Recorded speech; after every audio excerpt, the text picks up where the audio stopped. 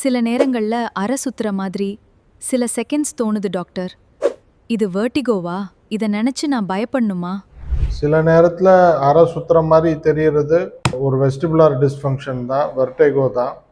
But அது எந்த வயசில் வருது, எந்த கான்டெக்ட்ஸில் வருதுங்கிறத பொறுத்து தான் அது சீரியஸாக இல்லாட்டி சாதாரணமாக விட்டுறலாமான்ட்டு முடிவு பண்ணணும். அடிக்கடி வருது, ஒவ்வொரு தடவை தலையை ஆட்டுறப்பையும் வருது, இல்லாட்டி படுக்க போகிறப்ப வருது அப்படின்னா அது மோஸ்ட் ப்ராப்ளி வெர்டிகோ தான். வெர்டிகோ யூஸ்வலி யங்கர் பீப்புள், வயசு கம்மியாக இருக்க ஆட்களுக்கு வரும்.